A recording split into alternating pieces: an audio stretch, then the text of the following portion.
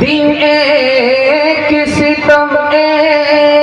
सितम रात करो हो, वो दोस्त हो दुश्मन को भी तुम माफ करो हो।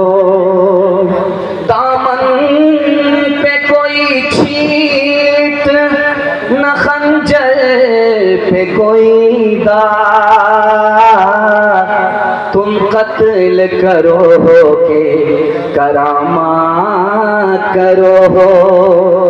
मुझे को पवालो मुसाफिर न समझो, मैं आया नहीं हूँ बुलाया गया हूँ।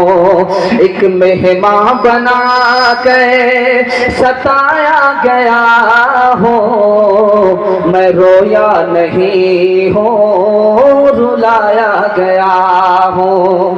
खुदा जाने कैसी है ये मेजबानी, 72 पियासों का है बंद पानी।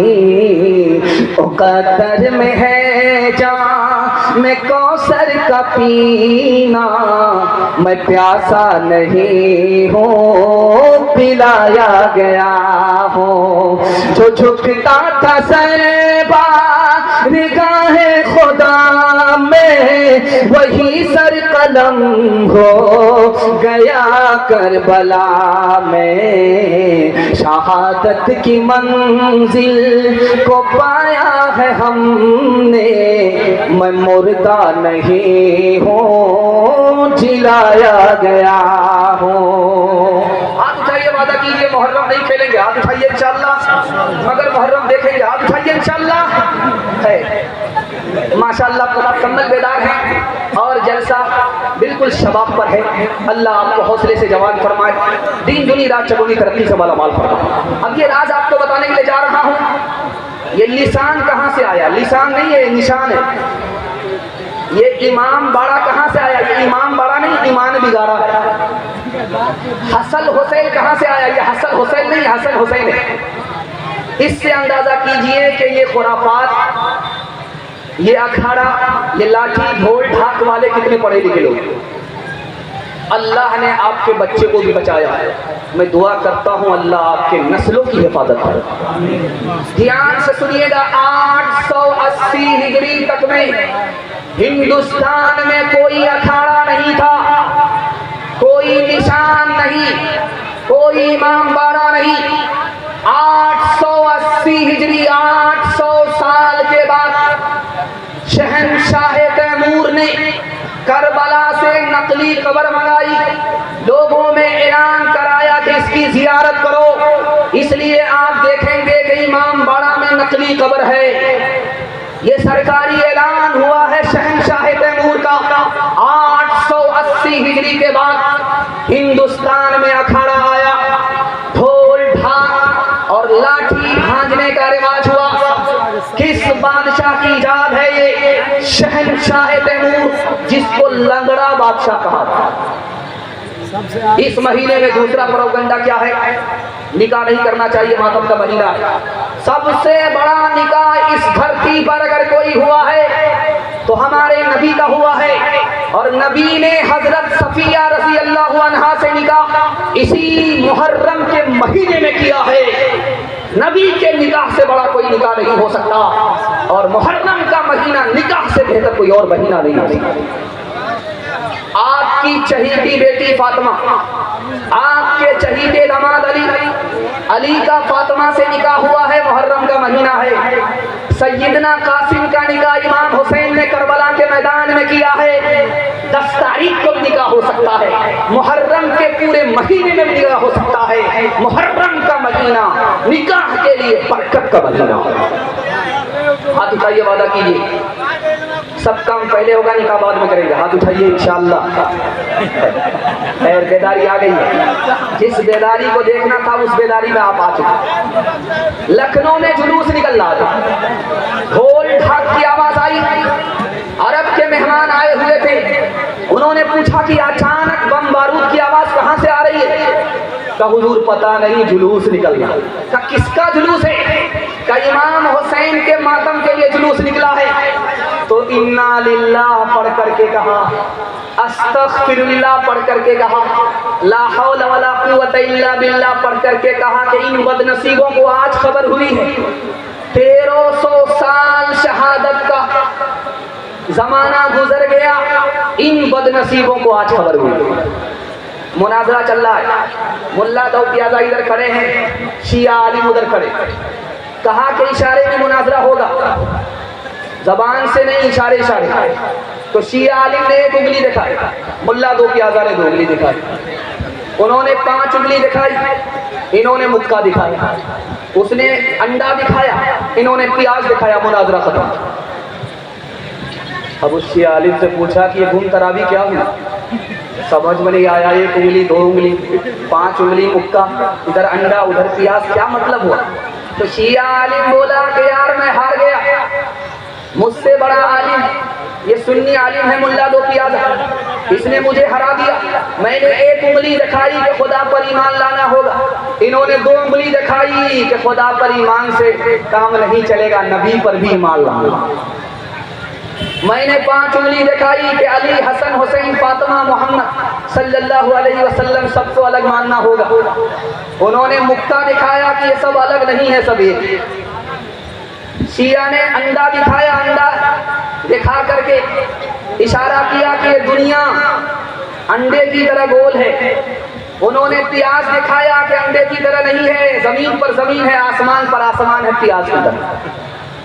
अब मुल्ला दो प्याजा से पूछा कि आपने कैसे समझा कि 1 उंगली 2 उंगली 5 उंगली मुक्का अंडा प्याज? तो मुल्ला दो प्याजा ने कहा जब उसने 1 उंगली दिखाई तो मुझे समझ में आया मेरी 1 आंख फोड़ेगा। इससे पहले तुम्हारी दोनों आंख फोड़। जब 5 उंगली दिखाई तो समझ में आया कि चांटा मारेगा, तमाचा मारेगा। तो मैंने कहा बेटा इससे पहले घूसा मारूंगा। अंडा दिखाया तो समझ में आया कि डंडा बता रहा है। तो मैंने कहा कि तेरे अंडे को प्याज में तल करके खा जाएगा। ताज़िया ढोल ताशों से मुहर्रम के मनाने वाले, गम से शोहदा की बड़ी धूम मचाने वाले, ताज़िया सवारी के उठाने वाले, शेर और को दुल्दुल को नचाने वाले, ताज़ियादारी को तैमूर ने ईजाद किया, लाया ईरान से और हिंद में आबाद किया। गम मनाने का अजब ढंग ये इरशाद किया, रूह इस्लाम को तैमूर ने बर्बाद किया। फेल तैमूर है ये कौल पैगंबर तो नहीं, गम का ये रंग शरीयत के बराबर तो नहीं। गम तुझे है तो जरा इतना तू कर के दिखा, गम तुझे है तो जरा इतना तू कर के दिखा। ढोलता से तेरे बाप की मईत को उठा, ढोलता से तेरे बाप की मईत को उठा, ढोलता से। बड़ा खूबसूरत पैगाम तेजी के साथ निकल गया।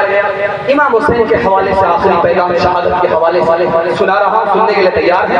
हाथ उठा दीजिए इंशाअल्लाह। उंगली कटाएंगे, गर्दन बचाएंगे, हाथ उठा दिए इंशाअल्लाह। दो चार आदमी दायां बायां जा रहे हैं, ये बस्ती के दामाद मालूम हो, दामाद से टेढ़ा दुनिया में कोई नहीं। ध्यान से सुनिएगा, तेजी के साथ निकल जाएगा। आप भी इंतकाल करेंगे, मैं भी इंतकाल करूंगा, मरते ही नाम अमाल बंद हो जाएगा, खुलेगा बंद। लेकिन एक आदमी है, उसका नाम अमाल मरने के बाद भी क़यामत तक खुला रहता है। वो कौन है? जो अल्लाह की राह में अल्लाह के लिए गर्दन कटा दे, मरने के बाद भी नाम अमाल खुला। आपकी रूह कौन कब्ज करेगा? मलकुल मौत। हमारी रूह कौन कब्ज करेगा? मलकुल मौत। लेकिन एक खुश नसीब है, उसकी रूह मलकुल मौत कब्ज नहीं करते, खुदा खुद रूह कब्ज करता। जो राहे खुदा में गर्दन कटाए, मलकुल मौत से खुदा कहता है तुम पीछे हट जाओ, मैं अपने इस खुश नसीब बंदे की रूह अपने हाथ से निकालूंगा। एक बात और सुनिए, अल्लाह के इल्म में रज़ा फरमाए वे मुताला फरमाए। जब आदमी शहीद होता है, गर्दन कटाता है, तो उसके सामने जन्नत आ जाती है, उसके सामने खुदा आ जाता है। इसलिए गर्दन कटाने में मजा आता है, तकलीफ नहीं होती। कैसे आप बोलेंगे? अजीब बात है, अकल में आने वाली नहीं है। गर्दन कट रही है, हाथ काटा जा रहा है, तकलीफ की इंतहा है। मैं बता रहा हूँ, यूसुफ अलैहिस्सलाम के हुस्न को मिस्र की औरतों ने देखा, उंगली काट लिया, तकलीफ का एहसास नहीं हुआ। जब गर्दन कटाने वाले के आगे खुदा आ जाता है, वो खुदा के हुस्न को देख करके उसको गर्दन कटाने में मजा आता है। आखिरी नमूना आपकी खिदमत में, ये जालेसर बगल में, बालेसर बगल में दो ट्रेन टकरा गई, बहुत सारे लोग मर गए। एक औरत की उंगली कट गई, वो आसमान को सर पर उठाना शुरू, चिल्ला रही है और पूरे आसमान को सर पर उठा रहा है। लोगों ने कहा क्यों चिल्ला रहे? का उंगली कट गई। का तुम्हारी तो उंगली कटी है, लोगों की गर्दन कट गई। वो सबर कर रहे हैं और तुम आसमान को सर पर उठा रही हो। उसने कहा ये तो पूछो कि कौन सी उंगली कटी है? जिससे शौहर को नचाया करती थी वही उंगली कट गई। वो माहे पैदा करती थी नमाजी, खली तलवार के मैदान के गाजी। वो माहे पैदा करती थी नमाजी, खली तलवार के मैदान के गाजी। वो माए जब के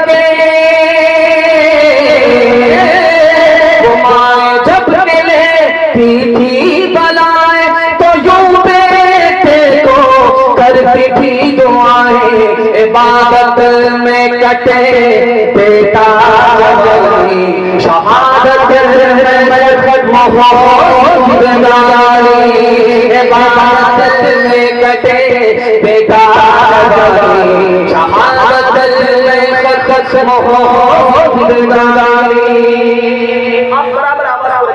आपका माइक इतना शानदार है कि कुछ हो गया। मैं जब स्टेज पर आया था, मेरे वाली साहब कह रहे थे बशारत का माइक बहुत अच्छा है, यहाँ जवान बूढ़ा हो जाएगा लेकिन माइक जवानी और ज्यादा अगर से मुकाबला करेगा तो बगल में तो मुस्काने जाना था। खैर ध्यान से सुनिएगा, तेजी के साथ निकल जाएगा। औरतों के हवाले से पैगाम आपकी खिदमत में सुनने के लिए तैयार, हाथ उठा दीजिए इंशाअल्लाह। तीन चीज अल्लाह ने सुकून की बनाई है दुनिया में, गौर से सुनिए। पहली चीज रात, ये मीठी नींद आपको दिन में ढूंढ ढूंढ करके भी नहीं मिलेगी। मोबाइल में अपनी नींद को कुर्बान करने वाले जवानी बर्बाद हो जाएगी, तंदुरुस्ती से हाथ धोना पड़ेगा। ये मीठी नींद पूरे दिन में आपको नहीं मिलेगी, सुकून की मीठी नींद रात रात। और दूसरी चीज सुकून की क्या है? अपना टूटा फूटा घर। 5 स्टार होटल में रहिए अमेरिका में, जो सुकून आपको टूटे फूटे घर में अपने वतन में मिलेगा वो आपको नहीं मिलेगा। 4 महीना से ज्यादा घर से बाहर नहीं रहना है, 4 महीना घर से बाहर रहिए। जैसे ही 4 महीना से ज्यादा हो जाए जल्दी से घर भागिए। जो सुकून अपने टूटे फूटे घर में है वो आपको कहीं नहीं मिलेगा। और तीसरी चीज सुकून की क्या है? अपनी बीवी है और हमारी गलती क्या है कि जब जिंदा रहती है बीड़ी लाठी से कबर ले, जब मर जाती है तो फूट फूट करके रोते, मगर बच के आंसू बहाते हैं। तब तो सांप निकल चुका लकीर के पीट करके कुछ नहीं होता। हाथ उठाइए, वादा कीजिए हर काम बीवी से पूछ करके करेंगे इंशाअल्लाह।